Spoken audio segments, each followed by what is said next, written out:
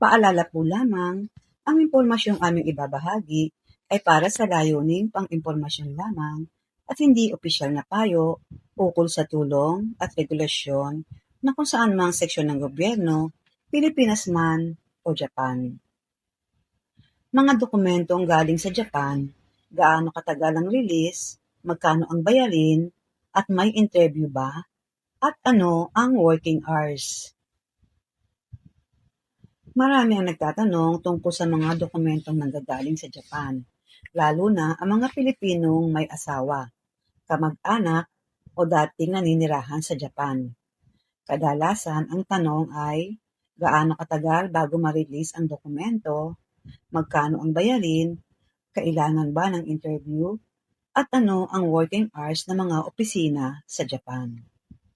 Narito ang mga mahalagang impormasyon upang magkaroon tayo ng tamang gabay. Una, ano-ano ba ang karaniwang dokumentong kinukuha sa Japan?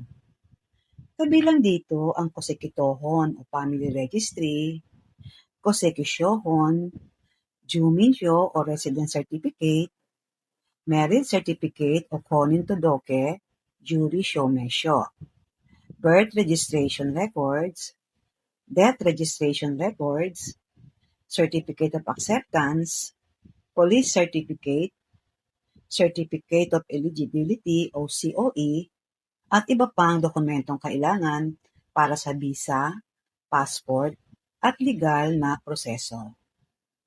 Gaano katagal bago ma-release ang mga dokumento? Ito ay depende sa uri ng dokumento at kung paano ito nire-request. Kung personal na pupunta sa City Hall o Municipal Office sa Japan, ang Kosekitohon, Juminsho, at iba pang civil registry documents ay kadalasang nare-release sa parehong araw kung kumpleto ang requirements.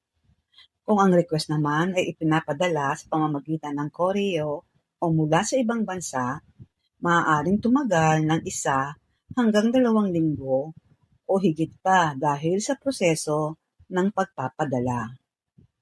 Para naman sa Certificate of Eligibility o COE, mas matagal ang proseso. Karaniwan inaabot ito ng 1 hanggang 3 buwan. Depende sa dami ng applications at sa pagsusuri ng Japan Immigration. Samantala, ang Police Certificate ay karaniwang lumalabas sa loob ng 2 hanggang 3 linggo. Bagamat maaari itong mag-iba depende sa prefecture. Magkano ang bayarin? Nagkakaiba rin ang bayad depende sa dokumento.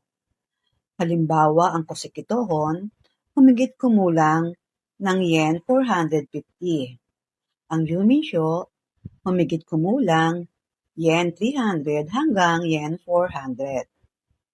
Certificate of Acceptance, humigit kumulang 350 yen hanggang 450 yen. May mga dokumento namang walang application fee, ngunit maaaring magkaroon ng gastos para sa photocopy, courier, postage, o serbisyo ng agency kung gumagamit ng representative. Kung magpapadala ng dokumento sa Pilipinas, may karagdagang gastos sa international courier o mailing. Kailangan ba ng interview? Isa ito sa madalas itanong. Para sa mga ordinaryong dokumento tulad ng Kosekitohon, Juminsho, Marriage Certificate, Birth Certificate, o Death Records, karaniwan walang interview.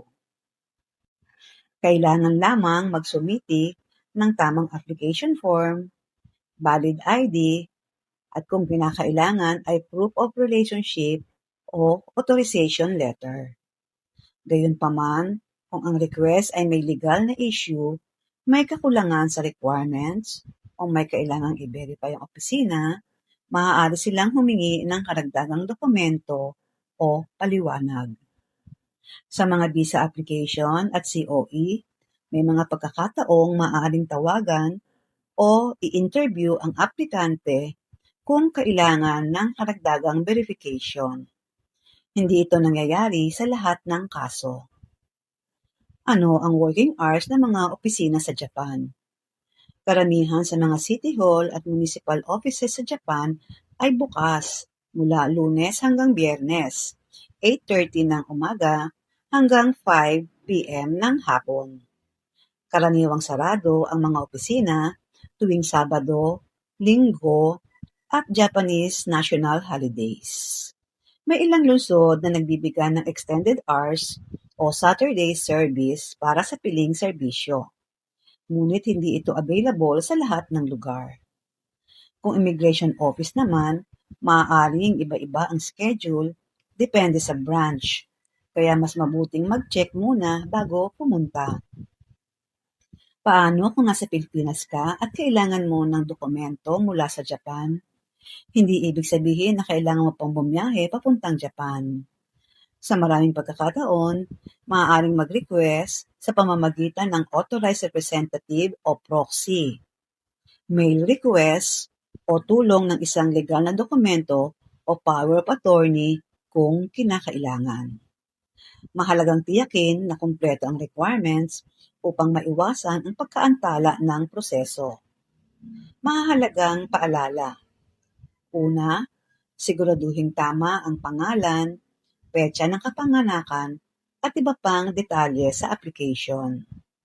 Pangalawa, ihanda ang valid ID at iba pang supporting documents bago magsumiti ng request.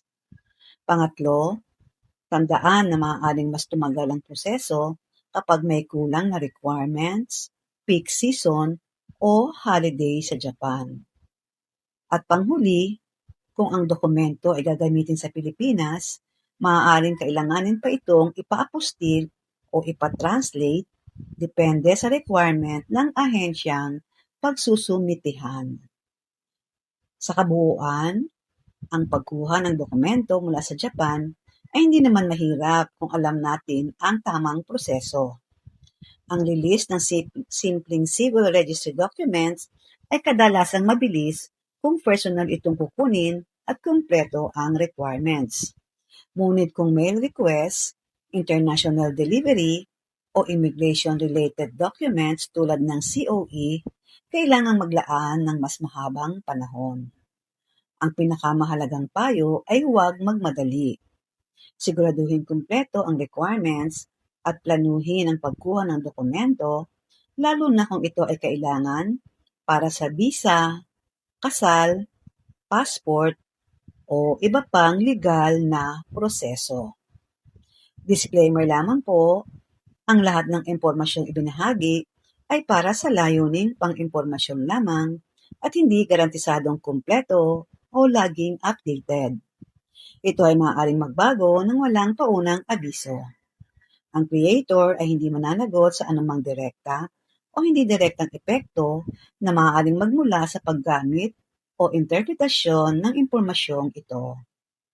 Sa pangwakas, umaasa po kami na nakatulong ang impormasyong ito bilang gabay. Para sa pinakabagong update at opisyal na detalye, makabubuting i-verify pa rin sa tamang ahensya o otoridad. Marami pong salamat.